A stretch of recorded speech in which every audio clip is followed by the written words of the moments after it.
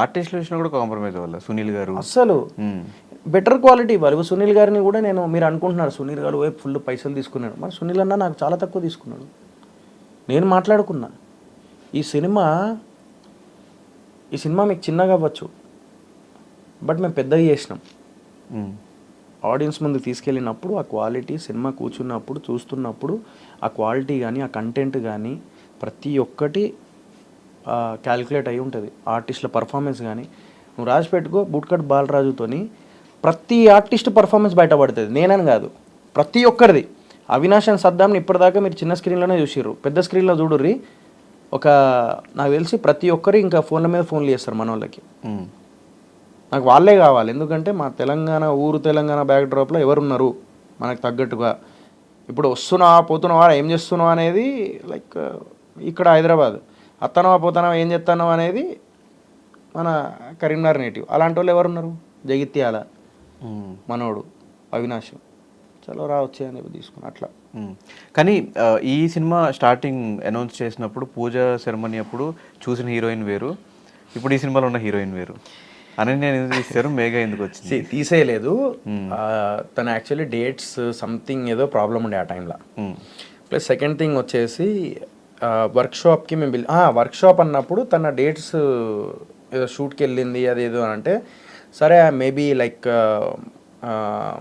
అదేమంటారు కొంచెం ఏదైనా డేట్స్ వల్ల ఏమైనా ప్రాబ్లం ఉందేమో లేకపోతే ఏంది అని చెప్పేసి అనుకొని అప్పుడు మన ప్రొడ్యూసర్ బెక్కె వేణుగోపాల్ సో ఆయన ఏం చేశారంటే, లేదు ఒకసారి మేఘలేఖ అనేది చూద్దాం ఒకసారి అది అని చెప్పేసి అని. ఆవిడ ఆల్రెడీ పాగల్ అనే సినిమా చేసింది. సో ఆ అమ్మాయిని పిలిపించి చూపించేసి లైక్ ఇద్దరికి లుక్ టెస్ట్ చేస్తే ఓకే ఇది బాగుంది కదా అని చెప్పేసి అట్లా ఫిక్స్ చేసినాం అనమాట.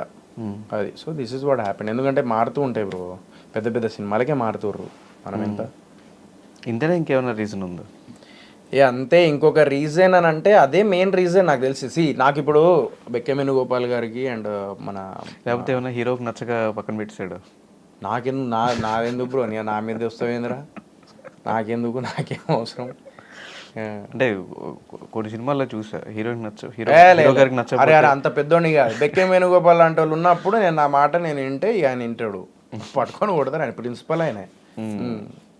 సో ఫైనల్గా రేపే రిలీజ్ ఉంది సినిమా, రిలీజ్ ఆడియన్స్కి ఏం చెప్దాం అనుకుంటున్నారు ఈ సినిమా గురించి? ఒక్కటే, మీరు ఫ్రైడే రోజు వెళ్ళి సినిమా మార్నింగ్ షో అండ్ మీ దగ్గరలో ఉన్న థియేటర్స్ కానీ లేకపోతే కొంచెం దూరంగా ఉన్నా కూడా వెళ్ళి సినిమా చూడాలని మనస్ఫూర్తిగా కోరుకుంటున్నా. ఎందుకంటే ఈ సినిమా నాకే కాదు ప్రతి ఒక్కరికి చాలా ఇంపార్టెంట్. మంచి కంటెంట్ ఉన్న సినిమా పబ్లిసిటీ లేక వెనకబడిపోతాయి. సో అలాంటి సినిమా ఈ బూట్కట్ బాలరాజు అవ్వకూడదని చెప్పేసి నేను ప్రీ రిలీజ్ ఈవెంట్లో అంతగానం బ్రతిమలాడడం జరిగింది. ఆ సింపతి కాదు ఏం కాదు, నా లైఫ్లో జరిగే సంఘటన ఒక సొసైటీకి చెప్పుకోవడం అనేది నా దృష్టిలో తప్పు అని చెప్పేసి నేను అనుకోను. నేను రిక్వెస్ట్ చేసిన అందరినీ ఆ ప్లాట్ఫామ్ మీద, డెఫినెట్లీ నేను మోకాళ్ళ మీద కూర్చోడానికి రీజనే అది. నేను మీకు కాకపోతే ఇంకెవరికి చెప్పుకోగలుగుతా? మనిషి బ్రతుకున్నప్పుడే తన కష్టాలు చెప్పుకుంటే సొసైటీలో ఒక 10 మంది హెల్ప్ చేస్తారనే ఉద్దేశంతోనే నేను అడగడం జరిగింది. ఈరోజు ఎవరికైనా సమస్య వస్తే ఈ సమస్య వచ్చిందని చెప్పేసి మనం ఇన్స్టాగ్రామ్లో స్టోరీ పెట్టి ప్లీజ్ హెల్ప్ అని చెప్పేసి పెడుతున్నాం. అలాంటిదే నేను కూడా నా సినిమా చూడండి, ఆ మంచి కంటెంట్ ఉన్న సినిమా వెనకబడిపోవద్దు, నా దగ్గర పబ్లిసిటీకి పైసలు లేవు అని చెప్పేసి నేను చెప్పడం జరిగింది. అందులో తప్పేం లేదు, నేను సిగ్గుపడలేదు.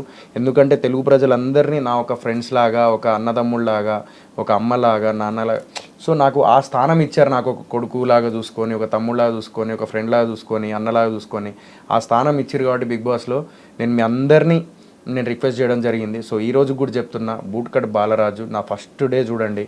ఎందుకంటే మీరు ఫస్ట్ డే చూడకపోతే నా సినిమా ముందుకెళ్ళదు. ఫస్ట్ డే దయచేసి బుక్ మై షోలో బుక్ చేసి సినిమా చూడాలని మనస్ఫూర్తిగా కోరుకుంటున్నాను. February 2 మీ జీతాలతో మా జీవితాలు మార్చండి. బూట్కట్ బాలరాజు. Thank you.